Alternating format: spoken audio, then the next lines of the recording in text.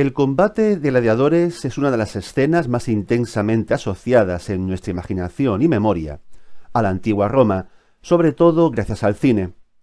Sin embargo, más allá de visiones efectistas y un tanto deformadas, resulta interesante conocer cómo era realmente el día a día de aquellos hombres, y también algunas mujeres, que pusieron en peligro su vida para divertir al público. Te doy la bienvenida al vertedero de Kratos.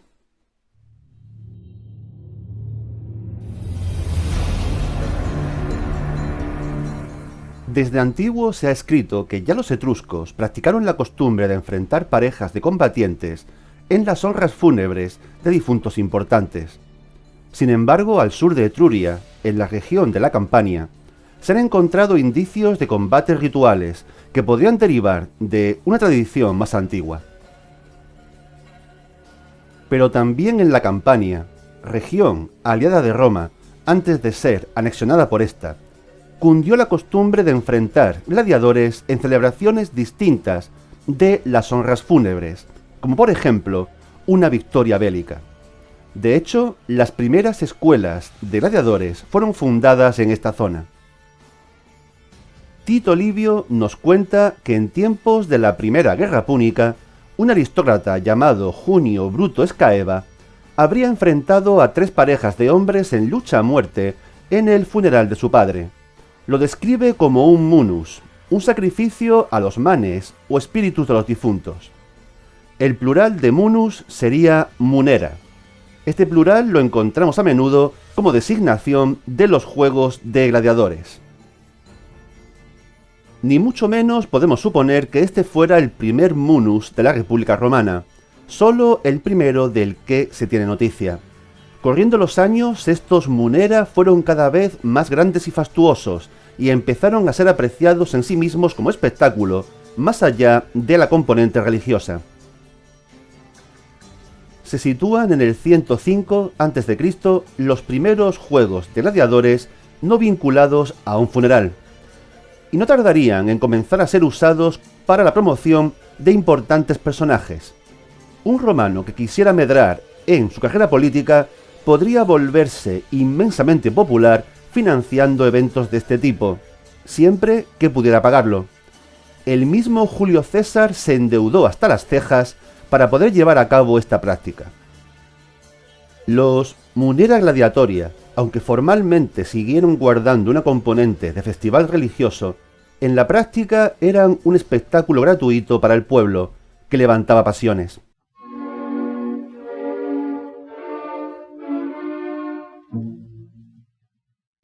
Los gladiadores podían ser cautivos de guerra, reducidos a la esclavitud, esclavos de nacimiento cuyo físico los hiciera aptos, e incluso voluntarios libres, sin muchas perspectivas, que optasen por adoptar este oficio. Un hombre libre que se hiciera gladiador adquiría un grave compromiso.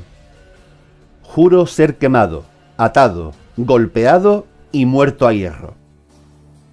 Vivían en escuelas o ludus, donde seguían un duro adiestramiento bajo la dirección de un empresario o lanista, que era el dueño de la escuela, pero no de todos los hombres a su cuidado. Cualquiera que pudiera pagarlo podía poseer gladiadores que usar en juegos públicos, para provecho propio, o bien alquilarlos a terceros. La instrucción corría a cargo de gladiadores lo bastante hábiles y afortunados como para llegar a una edad madura y retirarse.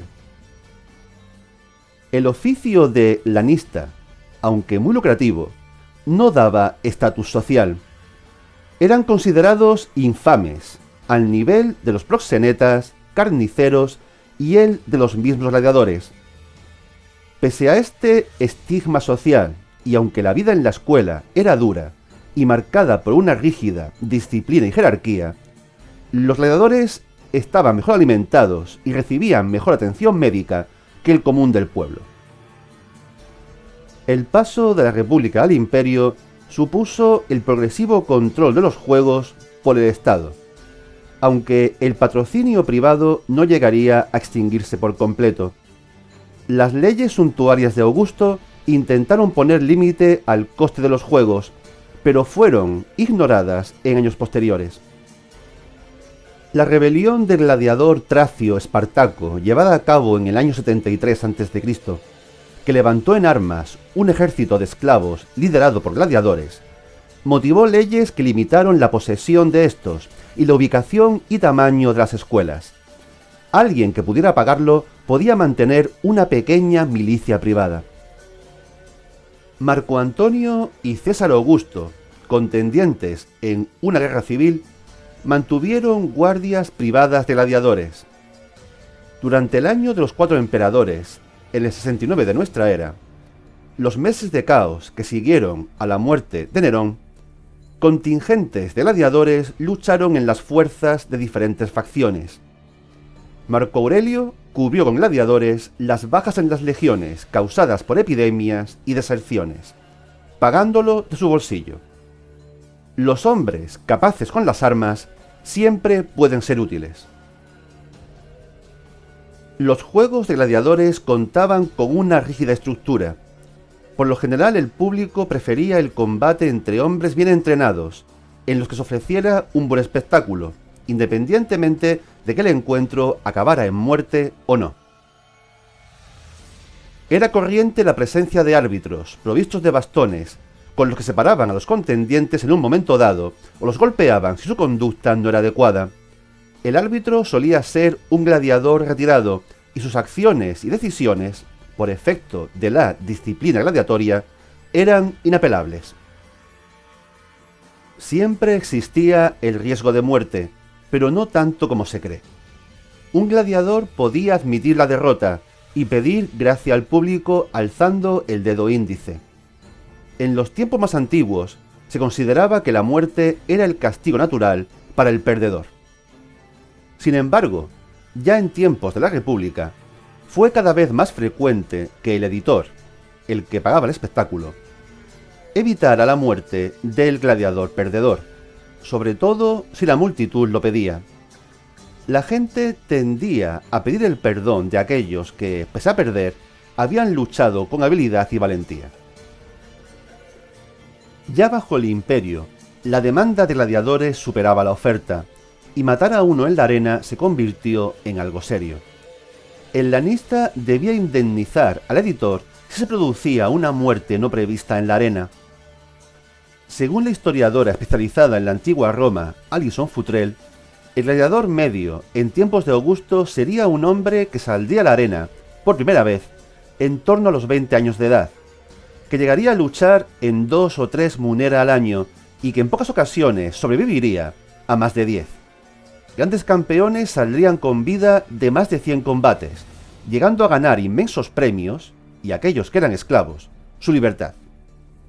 Ya en época imperial se dio la presencia de mujeres gladiadoras, pero fue una práctica controvertida, ya que el romano medio consideraba una obscenidad que una mujer luchara en la arena a pecho descubierto.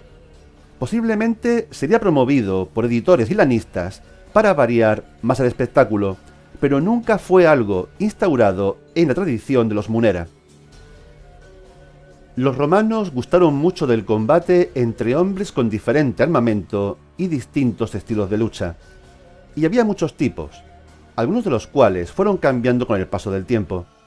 Uno de los encuentros más esperados era el que enfrentaba al reciario, con escasa armadura, red y lanza o tridente, con el secutor, armado con escudo y espada de las legiones, y protegido con defensas en brazo y piernas, y un gran casco redondeado, sin salientes que pudieran facilitar su captura por la red del reciario.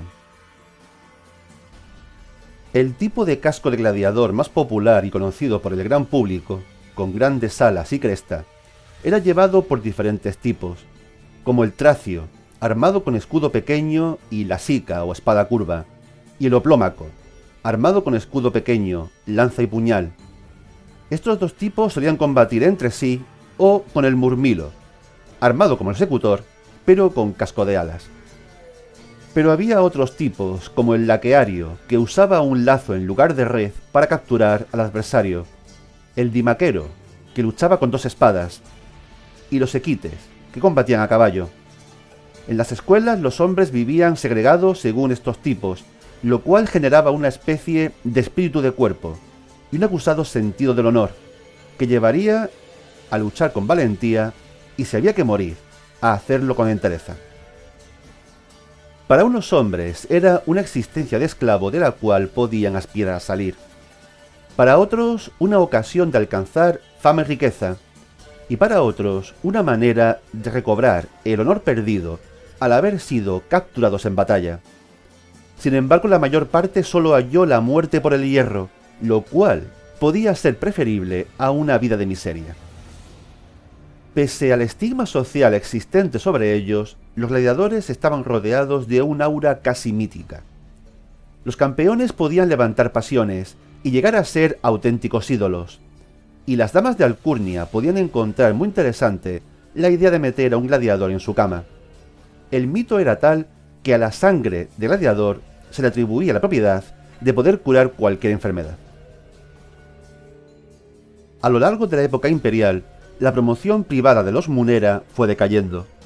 En el Bajo Imperio, el peso de las campañas políticas fue cada vez menor, lo cual eliminaba en gran parte la utilidad de los juegos. Sin embargo, los emperadores seguían financiándolos, al considerarlo una cuestión de interés público, para mantener distraída a la gran masa desocupada, sobre todo en la capital. La irrupción del cristianismo marcó el inicio del fin para los Munera, que serían limitados y desprestigiados hasta llegar a su total prohibición en el año 438 por el emperador de Occidente Valentiniano III. Queremos creer que en nuestros días somos mejores que aquellos romanos que acudían a los anfiteatros a presenciar la lucha y muerte de seres humanos. ¿Pero acaso no se revive ese delirio en espectáculos como corridas de toros, carreras de vehículos y combates de boxeo, en los que la integridad física y hasta la vida son puestas en peligro? ¿Qué piensas tú? Deja tu opinión en comentarios. Si te gustó este vídeo, apóyame con un like o con tu suscripción al canal en el caso de que todavía no lo hayas hecho. También, si quieres, puedes ser uno de mis mecenas en Patreon. Te dejo el enlace a mi cuenta en la descripción del vídeo. Pero ya sabes, comenta, sobre todo comenta. Sigamos hablando de historia. Cuídate.